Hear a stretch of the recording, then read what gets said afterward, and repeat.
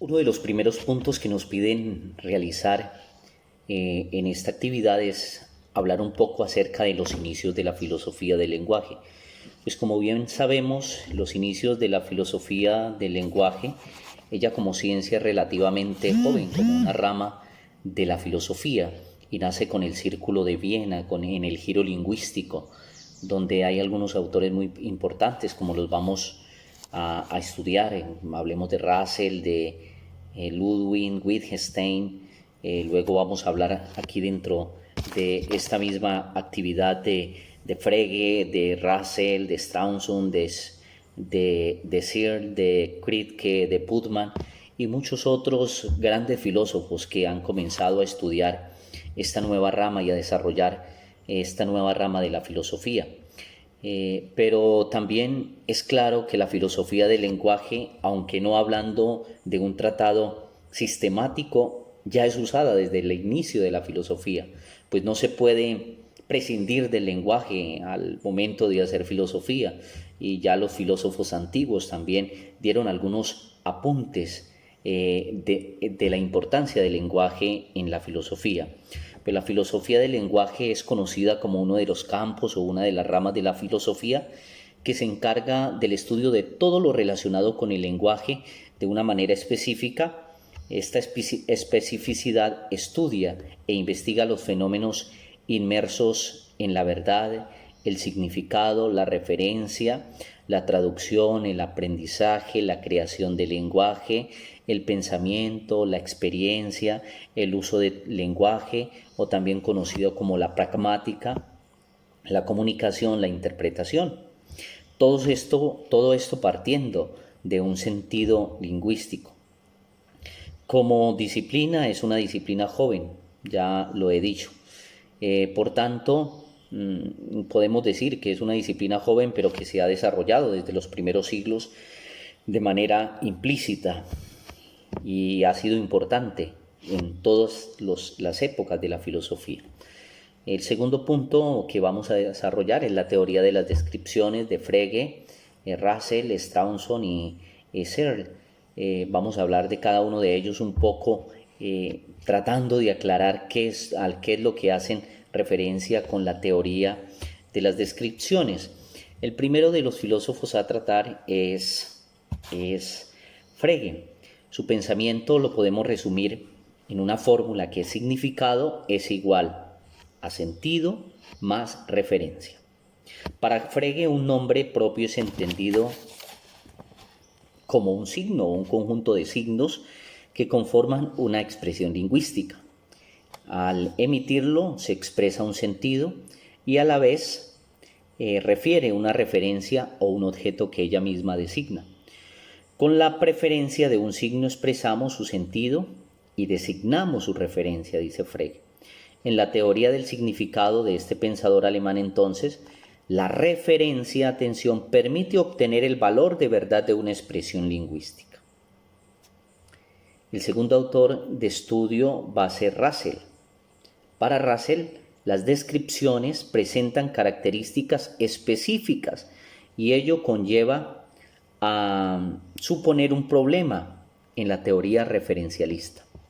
Su postura, entonces, evidencia un interés por asumir un referencialismo en el cual el significado de un nombre propio dependería de la referencia a un objeto o a una entidad. En palabras como un poco más sencillas, podemos decir que Russell, a la hora de evaluar la veracidad de una información, dice que no solamente debemos prestar atención al predicado, a lo que se dice de una cosa, sino también al objeto en sí, ya que su no existencia o su no unicidad convertiría en falsa toda la oración, independientemente de todo lo demás. Strawson, ¿qué podemos decir de este autor? Este autor hace una apuesta por el sentido como elemento esencial del significado, el sentido. Los aportes de este autor nos llevan a concebir cómo la significatividad se alcanza por el sentido que damos a los nombres o expresiones lingüísticas que usamos, y que aun cuando estos enunciados sean falsos, dice, por carecer de referencia, llegan a ser significativos, aunque no está diciendo que sean verdaderos, pero sí significativos. El significado entonces está dado por el hablante, por cada persona cuando se expresa, así como la referencia misma, ya que en términos de Strawson, hacer referencia de no es algo propio de la oración, sino del hablante que usa la expresión para ello. El último autor de esta teoría de las descripciones a tratar será Searle. Él hablará de la diferencia que hay entre los nombres propios y las descripciones, va a ser como el eje central de su teoría. Dice que los nombres propios no son descripciones, como lo llegó a esbozar Russell, por lo cual este filósofo dedicó parte de su interés en la filosofía del lenguaje por esclarecer una distinción entre los nombres propios y las descripciones. ¿Cuál es la distinción? Y desde allí trata de esbozar un primer acercamiento en la búsqueda del significado. Para Searle, entonces, el uso de los nombres propios es el que permite fijar una relación de identidad. ¿Entre qué? Entre el nombre y el objeto al que se refiere. Los nombres propios son una institución para realizar el acto de habla de la referencia, es decir, la descripción y la referencia irían de la mano, entrelazadas, para alcanzar la significatividad de las expresiones lingüísticas.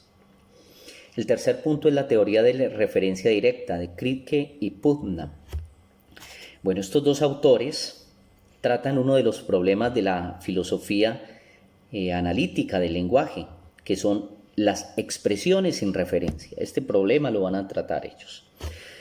Kripke dice que el fin de los nombres es designar la referencia, es decir, nos permite ir a la identidad de un individuo. El fin del nombre es designar la referencia.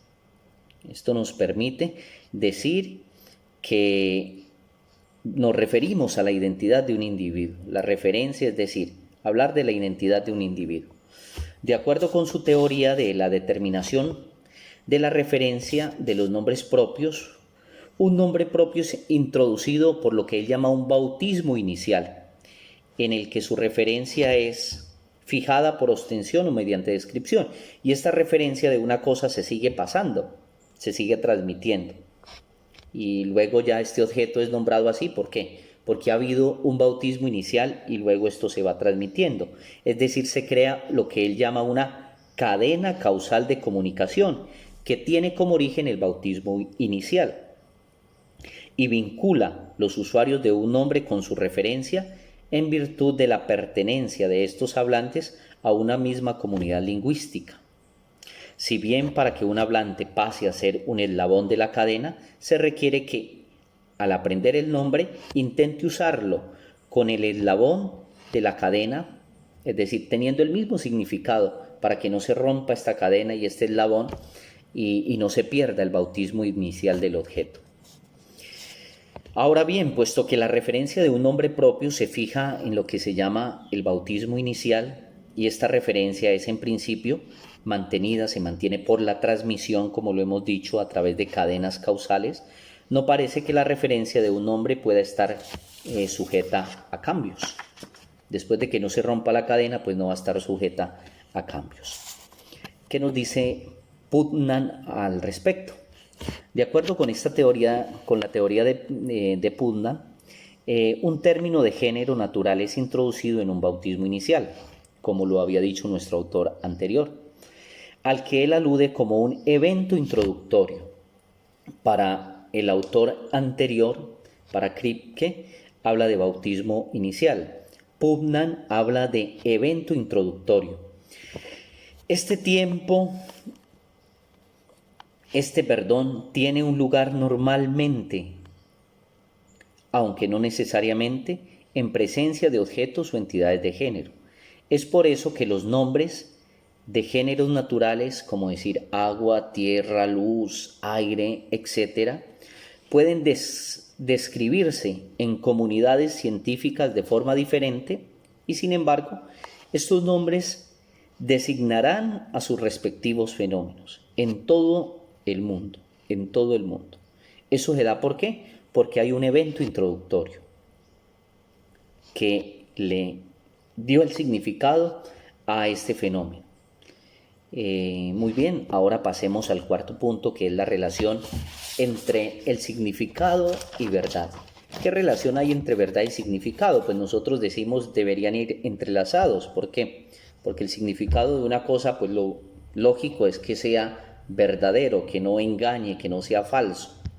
Hay algunos autores que hablando en el lenguaje, en las oraciones se preocupan por el significado, por el valor del significado, independientemente de la verdad. Pero hay otros filósofos que sí se preocupan por unir este binomio, que el significado vaya anclado a la verdad.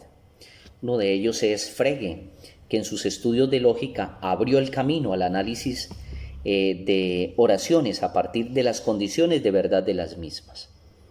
Esto sentó las bases en el análisis no solo semántico, sino lógico del lenguaje. Se inicia a hablar de manera lógica del lenguaje, a introducir en el lenguaje fórmulas incluso matemáticas. Otro autor importante es Tarski. Primero, pues, él descubre o pone en realce un problema, y es el término verdad. Que el término verdad trae diferentes dificultades porque no es concebido de la misma manera. Entonces, dice, él hace un análisis de la palabra verdad desde diferentes concepciones, y él mismo llega a una concepción propia, que es la concepción semántica de la verdad, que plantea esta concepción semántica la relación entre las expresiones lingüísticas y los objetos a las que dichas expresiones hacen referencia. También él usa lo que se va a llamar el metalenguaje. Otro filósofo que habla acerca de la relación de este binomio entre verdad, significado y verdad es Davidson. Él toma como base la teoría de la verdad de Tarski, y se puede decir que para Davidson conocer lo que significa una expresión, es decir, conocer lo que significa la expresión X, implica conocer la verdad que la oración misma contiene. Con esto he llegado al final de esta actividad. Muchísimas gracias por su atención. Que Dios los bendiga.